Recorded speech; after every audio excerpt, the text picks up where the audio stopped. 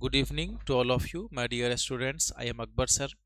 आइए आज हम लोग सीखते हैं वाटर साइकिल के बारे में। जल चक्र, आखिर जल दुनिया से खत्म क्यों नहीं हो रहा है? तो ये एक चक्र के रूप में चल रहा है। कैसे चल रहा है इसको समझते हैं।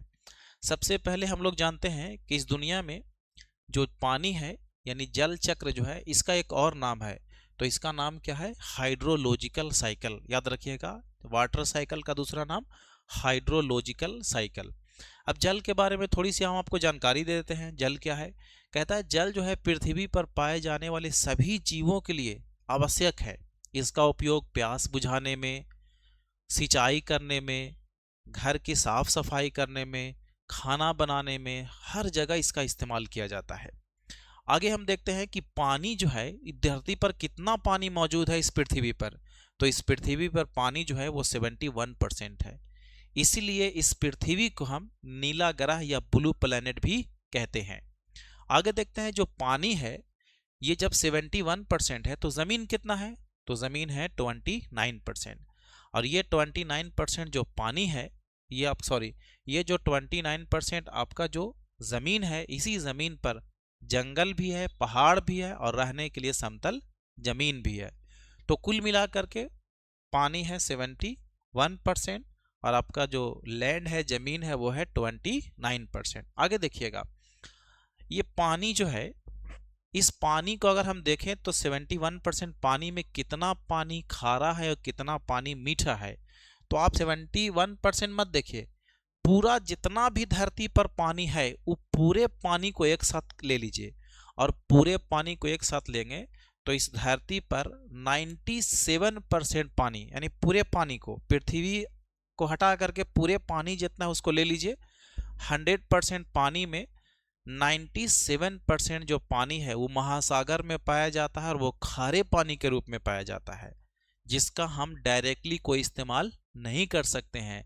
लेकिन जबकि जो है 3% जो वाटर है वो जो है हमारे मीठे पानी के रूप में पाया जाता है। अब जो 3% पानी है मीठे पानी के रूप में, इसमें से 2% पानी जो है वो बर्फ के पहाड़ के रूप में जमा हुआ है, जिसे हम ग्लेशियर कहते हैं। ये पिघलेगा कब? जब टेम्परेचर बढ़ेगा तब। आगे देखते हैं हम लोग देखते हैं कि जो 1% पानी सिर्फ बचा हुआ है और वही 1% पानी पिघला हुआ पानी है जो जमीन के नीचे पाया जाता है। इसी का इस्तेमाल हम जो अपने दैनिक जीवन में करते हैं। अब आइए हम लोग असली मुद्दे पर लौटते हैं कि ये चक्र की तरह काम कैसे करता है।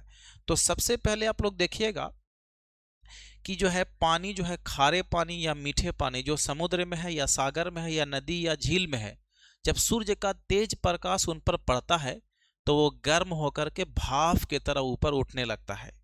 और वो भाप की तरह ऊपर जा करके जो है ठंडा होकर के छोटा छोटा पानी की बूंदें बनाता है और वो बूंदें आपस में मिलकर बादल बनाता है।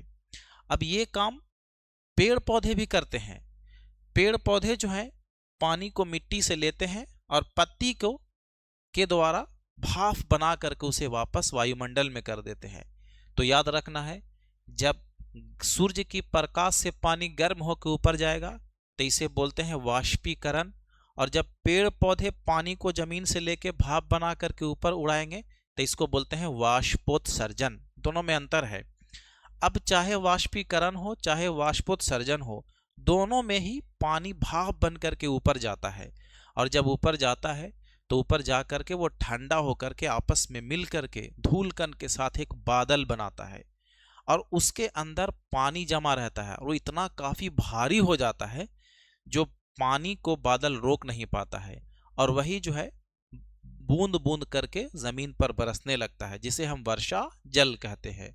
अब ये हवा के माध्यम से बादल जिधर जिधर जाता है उस तरफ पानी होते रहती है। अब वो पानी जमीन पर आती है तो मिट्टी से, नदी से, नाले से होते हुए महासागर तक पहुंच जाती है। तो आपने देखा था कि पानी कहाँ से उठ के गया था? महासागर से, और फिर लौट के कहाँ आ गया? महासागर में। तो यह क्रिया जो है लगातार एक चक्र के रूप में चलता रहता है, जिसे हम जल चक्र या वाटर साइकिल कहते हैं। आई होप कि आपको वीडियो मेरा अच्छा लगा होगा। वीडियो देखने के लिए बहुत बहुत धन्यवाद। Thank you.